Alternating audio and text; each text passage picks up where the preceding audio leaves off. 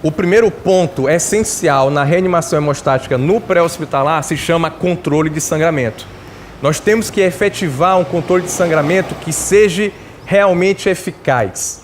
E esse controle de sangramento, ele exige o uso do torniquete para a reanimação hemostática, saber aplicar o torniquete de maneira adequada. Um torniquete aplicando 5 a 7 centímetros do local da lesão, um torniquete que seja com uma espessura de pelo menos 5 a 10 centímetros e esse torniquete aplicar o suficiente até parar o sangramento e ele pode ser seguro, sendo utilizado até 2 horas. Então, o uso do torniquete, ele faz parte, é um dos componentes fundamentais na reanimação hemostática no pré-hospitalar. A gente tem que parar esse sangramento. Se não tiver torniquete disponível, nós podemos estar utilizando, então, os curativos compressivos. E eu destaco, lembre-se em preencher a ferida, preenchendo a ferida com uma gaze ou uma gaze hemostática, se você tiver disponível no seu serviço, e fazendo uma compressão manual direta. Uma compressão firme, por 5 a 10 minutos, o suficiente para parar o sangramento, enquanto você já está fazendo um deslocamento até uma unidade de emergência. Então, esse é o primeiro tópico, o controle de sangramento e lembrar do torniquete. Vamos agora para o segundo ponto que eu acho importante, que eu gostaria de estar contribuindo com vocês em relação à reanimação hemostática. Vamos falar agora sobre o uso de cristalóides, da reanimação volêmica no ambiente pré-hospitalar no paciente com choque hipovolêmico. Então, sabemos tradicionalmente, aquela regra 2 litros de cristalóide aquecido, rápido, não é bem assim. Calma, nós temos agora que restringir o uso de cristalóides. Ringue lactato, soro fisiológico, no ambiente pré-hospitalar, o importante vai ser você restringir. E esse conceito de restrição do uso do cristalóide, ele também é colocado na sala de emergência. Então nós temos que procurar abreviar o atendimento, abreviar o transporte e restringir. Ok? Você pode pegar os 2 acessos calibrosos em veias periféricas, isso a caminho do hospital, abreviando o deslocamento naquele paciente grave, mas vamos lembrar de um outro conceito que eu vou falar aqui para vocês, que é a hipotensão permissiva. Se o paciente ele tem uma PA sistólica que varia em torno entre 70 a 90 de milímetros de mercúrio, mantenha esse paciente nesses níveis de pressão arterial. Ele não vai estar precisando de uma reposição agressiva de cristalóide. Isso vai ser mais deletério para o resultado desse paciente. E essa pressão de 70 a 90 de sistólica é associada com a presença de um pulso radial palpável. Então, um conceito que a gente tem que estabelecer na reanimação hemostática que eu trago aqui para vocês é restringir o uso de cristalóide no ambiente pré-hospitalar.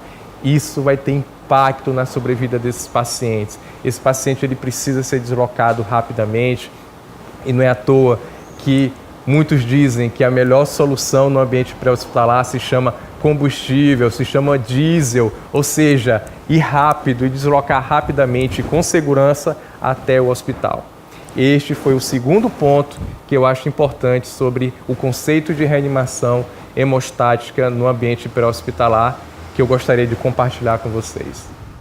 E para terminar nossa conversa, vamos para o terceiro ponto que eu acho importante em relação ao conceito de reanimação hemostática no ambiente pré-hospitalar. É o uso do ácido transnexâmico. Então, os estudos mostraram, as experiências clínicas, os atendimentos mostraram que a coagulopatia no trauma é um dos grandes problemas que levam à morte dos pacientes precocemente vítimas de lesões sangrantes. E o uso do ácido tranexâmico, lá no trabalho de 2010 do CRASH 2, ele mostrou um estudo com mais de 20 mil pacientes que utilizou o ácido tranexâmico na sala de emergência, mostrou benefício no controle de sangramento, em mortalidade precoce, principalmente quando esse uso do ácido tranexâmico era realizado até 3 horas após o trauma. O grupo de pacientes que receberam até 1 hora após o trauma teve resultados ainda melhores. o que levou a se pensar que esse uso do ácido tranexâmico ele pode e deve ser aplicado possivelmente já no ambiente pré-hospitalar, fazendo já a primeira dose de ataque no ambiente pré-hospitalar, ou seja, 1 grama do ácido tranexâmico, que em geral cada ampola tem 250 miligramas, fazer 4 ampolas para correr em 10 minutos, a primeira dose de ataque, a segunda dose ela vai correr no hospital, em bomba de difusão, nas próximas 8 horas. Então o ácido tranexâmico no ambiente pré-hospitalar, ele é um dos componentes da reanimação hemostática no pré-hospitalar.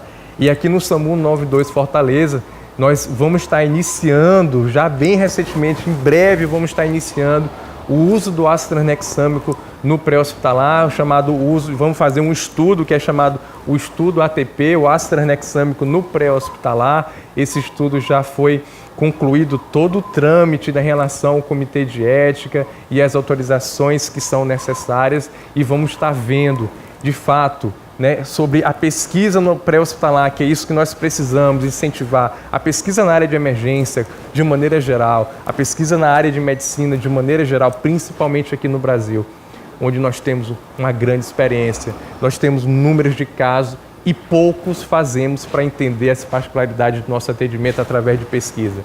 Então, o terceiro ponto que eu gostaria de destacar para vocês é o uso do ácido tranexâmico no ambiente pré-hospitalar. E aqui nós fechamos essa nossa conversa sobre a reanimação hemostática no pré-hospitalar com 3 pontos que eu acho fundamental: o controle de sangramento, o uso de cristalóides e o uso do ácido tranexâmico no ambiente pré-hospitalar. Muito obrigado e eu espero que tenha sido proveitoso esses minutos aqui com a gente. Obrigado.